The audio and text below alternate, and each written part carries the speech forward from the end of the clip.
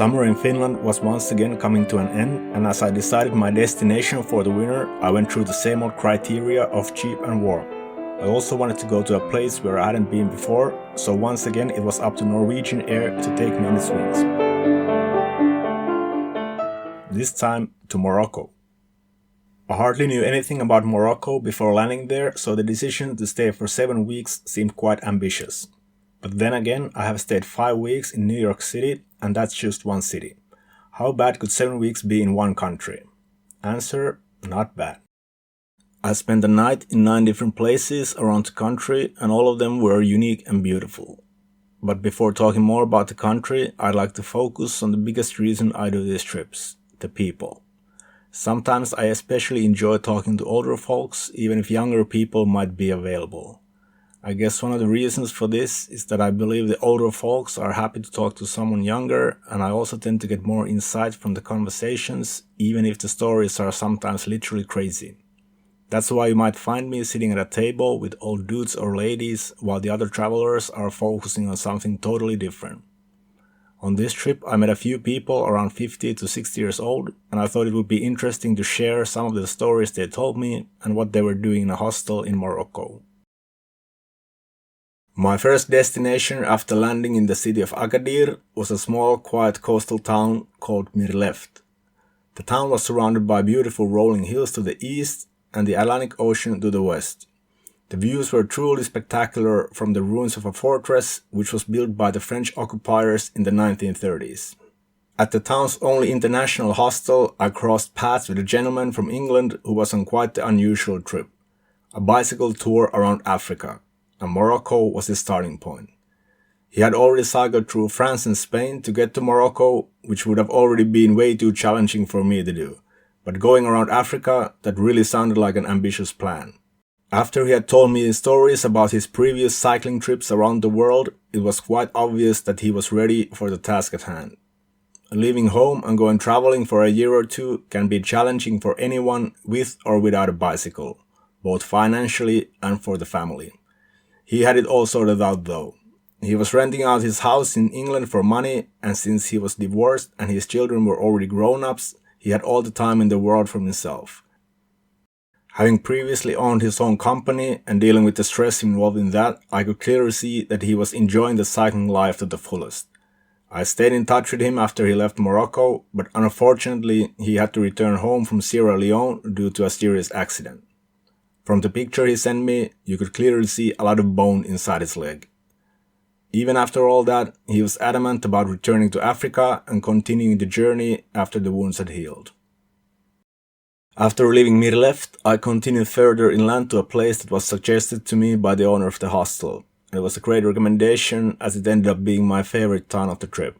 The place was called Tafraout, which was located in the middle of the country. It was a sleepy, quiet town surrounded by yellow cliffs and red mountains. The cliffs were easy and fun to climb, so you could get up high enough to see the whole city and the surrounding areas. One interesting nearby area was this neighborhood, which consisted only of summer residences for the rich people. Because it was for rich people, it meant that everything was in good condition and looked nice. But since it was winter, there was literally nobody on the streets, no shops, no restaurants or any businesses open.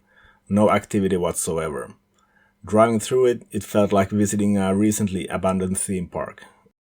And it was in Tafraout where I definitely had the most memorable encounter of the trip. I stayed in a cheap hotel because there were no hostels in town, and it was there where I met a retired architect who was half Caribbean and half Dutch. After chatting for a while, he asked me to join him to visit this beautiful gorge nearby as he had rented a car. Of course, I said yes.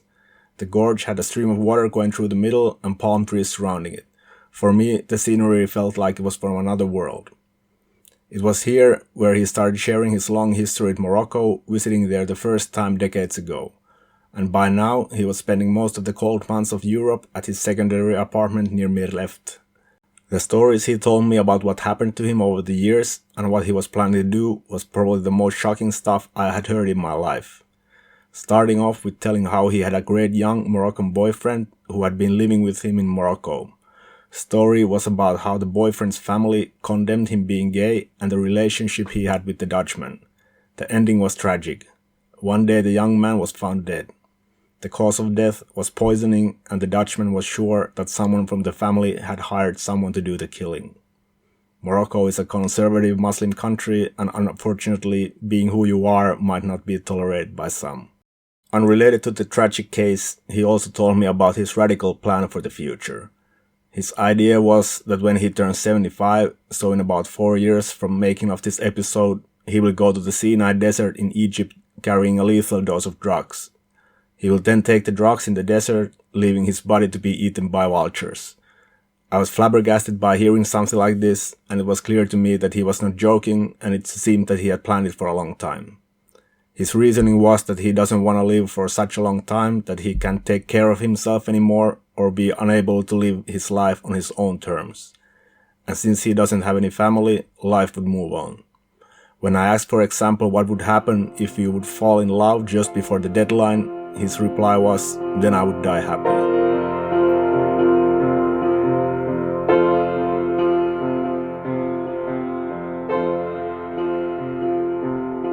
After experiencing all that, it was time to go to the most popular destination in Morocco, Marrakesh.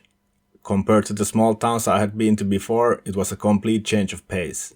I'm usually very chill and not bothered by most things, but holy fuck, the main market street in Marrakesh was something else. You get constantly harassed to buy shit or being asked for money whenever possible. On top of that, the narrow streets are super crowded with people and streaming with motorcycles, which pollute the air to be unbreathable.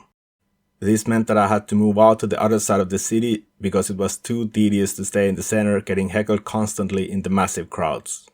In the new hostel, which was way better for my well-being, I met a man in his 50s from Lebanon. He had its own story of riches and struggles. His main reason for being in Morocco was meditation. He had spent 5 weeks meditating at a camp in the desert of southern Morocco. The meditation helped him to deal with the PTSD he had got from the long-lasting civil war he had experienced in Lebanon, among other things. Earlier in his life, he was a rich executive of a big corporation, but now he had left that life behind him, and now he instead tries to focus on bettering himself. I remember him being very interested in alternative ways of traveling, so I introduced him to couchsurfing, which is a great way to meet locals and to see a different side of the place you're staying at. I ended up spending about a week in Marrakesh, so it was nice to get moving again. Getting around the country was easy and comfortable, with high-quality buses and good roads all the way down to the edge of Sahara. On my way to the desert, I teamed up with a traveler from Uruguay, and we made a stop at an ancient town which was a UNESCO heritage site.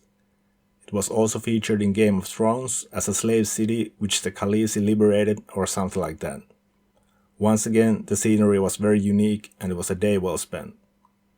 The last destination before reaching the desert was a city called Tinhir. At the hostel, I met a bunch of fun travelers and also locals who took me on a drive through the beautiful canyon near the city.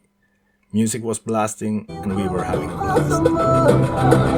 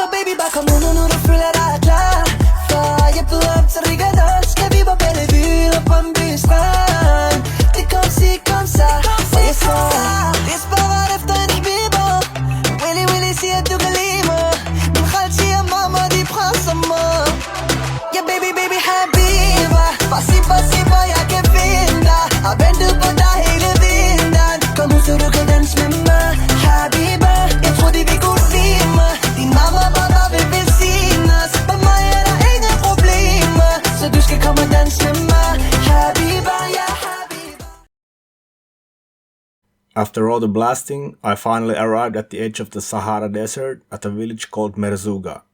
The views that greeted me truly felt like they were from a different planet. Being surrounded by sand and massive sand dunes was mind-blowing.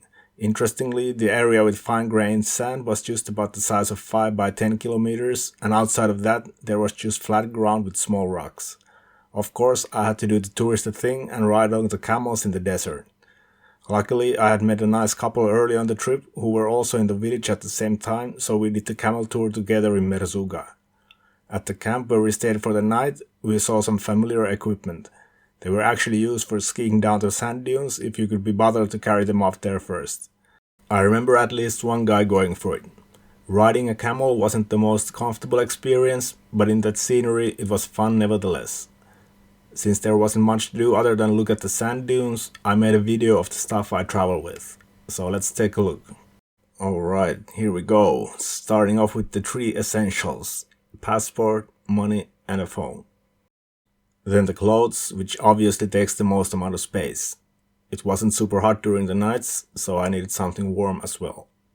Continuing with electronics, a tablet, headphones, a speaker, power, and some storage. I always try to carry food and drinks, so here is that. And of course, the usual bathroom stuff. On this trip, I had some extra camera equipment.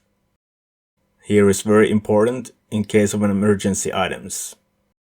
And finally, a day pack to carry all my camera items and the main backpack. And here is everything piled up nicely on the table in my hostel room. I have traveled with more stuff and less stuff, but this amount is pretty much normal for my travels now. I'd say the only thing missing is a laptop. These days traveling with a bag that fits under the seat in the airplane can save quite a bit of money. Leaving the desert behind, there was only the northern part of the country left to explore. On my way to the top, I spent a few days at the second largest city of Morocco, Fez. I stayed in the old part of the city, which was basically a large maze of narrow streets. And just like in Marrakesh, it was nice when it wasn't crowded, but annoying as hell when it was. Just a short walk away from the city, the views were beautiful, like this cemetery facing towards the green hills. I was pleasantly surprised.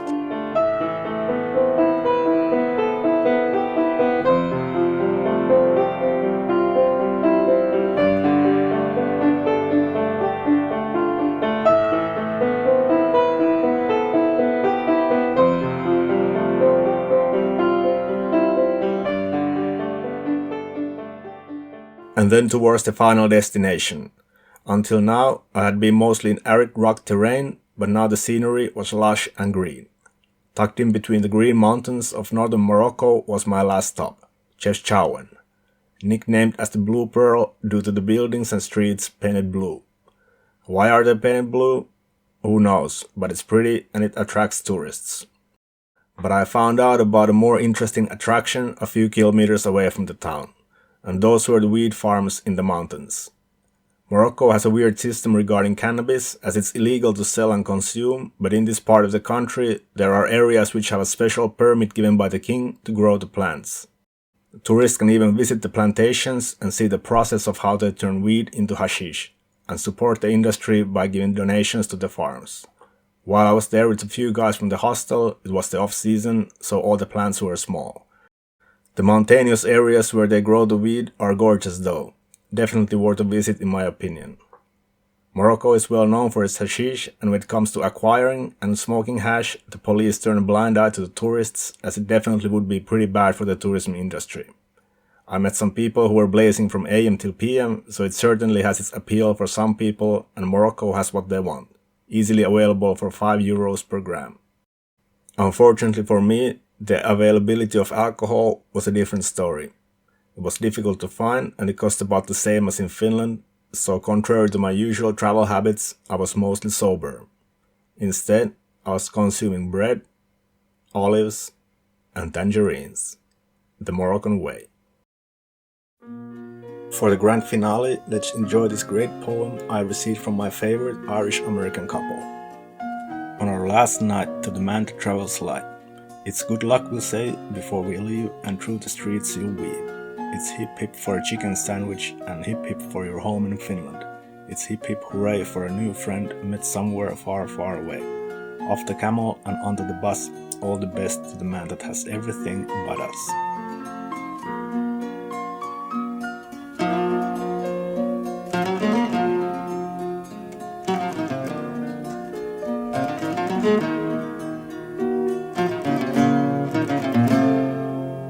إن كنت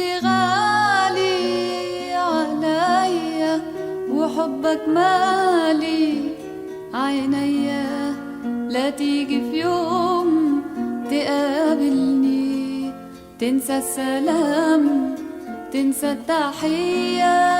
إن كنت غالي عليا وحبك مالي عينيا، لا تيجي في يوم تقابلني، تنسى السلام، تنسى التحية. الدنيا في عينيا ما تحلى يوم وانت بعيد، والدنيا حلاوتها كلمة حلوة تطمني. الدنيا في عينيا ما تحلى يوم وانت بعيد، والدنيا حلاوتها كلمة حلوة تطمني. إن كان الحبيب حبيب تاني، انشغل قلبه بحبيب غيري، نسي كلامه الأولاني، كان أهون عليا لو كان قالي. إن كان الحبيب حبيب تاني، انشغل قلبه بحبيب غيري، نسي كلامه